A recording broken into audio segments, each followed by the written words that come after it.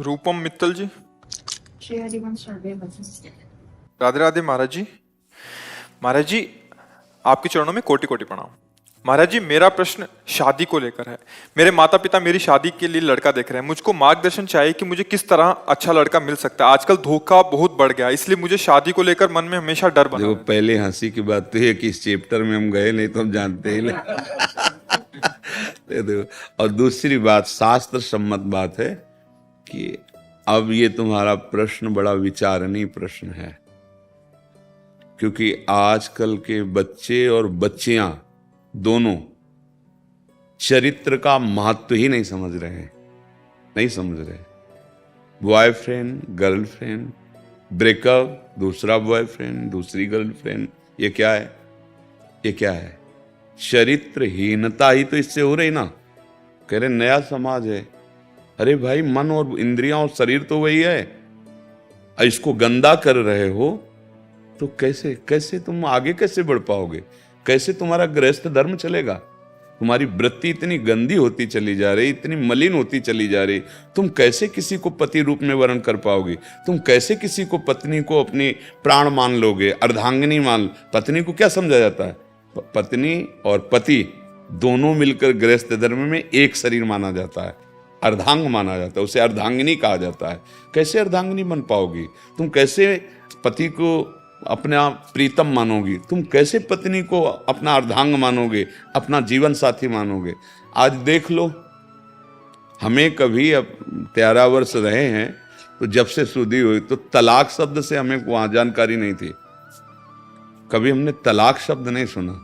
माता पिता बढ़िया ब्याह कर दिए और उस बच्ची ने पति को अपना जीवन साथी चुना और घर में प्रवेश किया, और आज जीवन तो उन्हीं से ऐसी संतानें, ऐसी पुत्री पुत्र प्रकट हुए, देशभक्त, भगवत भक्त, मर्यादित।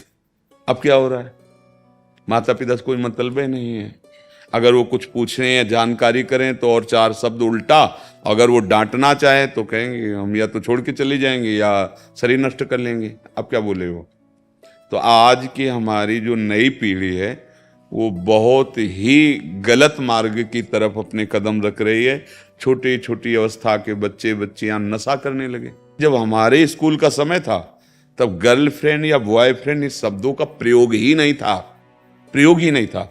मोबाइल ही नहीं था, मोबाइल की सृष्टि ही नहीं हुई थी, नहीं था कोई गंदा। सरल सहज गांव के बच्चे सहज पढ़ के आए, अपने अपने घर में खेल रहे, खा रहे, पवित्र जीवन। हाँ, ये बातें ब्याह शब्द से जुड़ती थी। जो आज एक छोटा 13 वर्ष का 12 वर्ष का बच्चा पूरा आपको बता सकता है, वो एक प्रवीणता आती थी ब्याह होने के बाद। अब हम कैसे इस विषय में कहें कि तुम्हें पवित्र वैष्णव या धर्मनिष्ठ पति मिल जाए तो भगवान ही कोई खोज करके ऐसा? नहीं तो आपका तप और आपका भजन और आपकी पवित्रता ही इस बात का प्रमाण होगी कि अगर आपको ऐसा पति मिल जाए।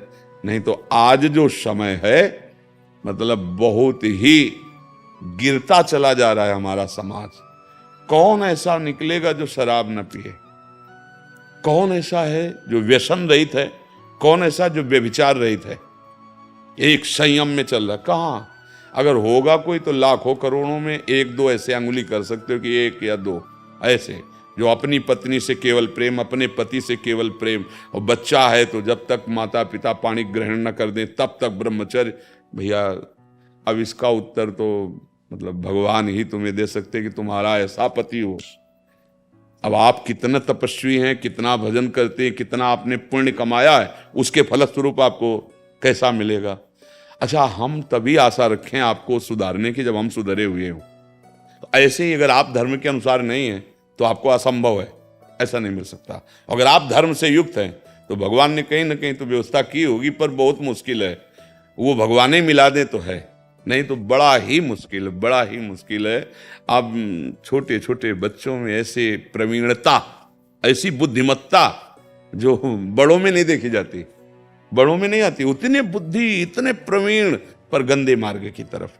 अगर उसको अच्छे मार्ग में लगा देते तो बहुत अच्छे बन जाते, पर वो गंदे मार्ग। हम ये आपको हाथ जोड़कर प्रार्थना करते हैं, जिसका चरित्र ठीक नहीं वो कुछ नहीं कर सकता, कुछ नहीं कर सकता, किसी डिपार्टमेंट में कुछ नहीं है। 4 दिन के चांदनी, इसके बाद जो कालिक पोतेगी, चाहे कोई पदाधिकारी हो, कोई भी हो, अगर चरित्र ठीक नहीं है तो माना कि कुछ दिन तुम चमक लो, हाइलोजन की तरह फ्यूज हो जाओ, और चरित्र ठीक है तो दीपक की तरह भले जलो, लंबे समय तक तुम्हारा यश, कीर्ति, सुख, समृद्धि बनती रहेगी।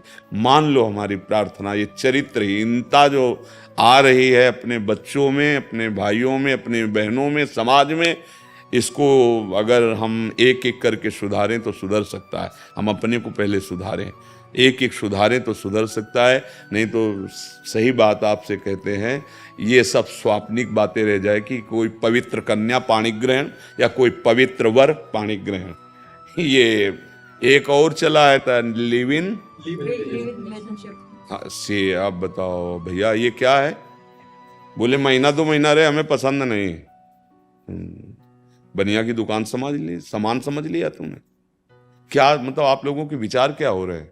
आप विचार करो भला। ऐसा ये कोई सिद्धांत है कि 2 शरीर मिल रहे हैं, हम इसके बाद कुछ दिनों के बाद तो नहीं, हम पसंद नहीं? ये कोई समाज है?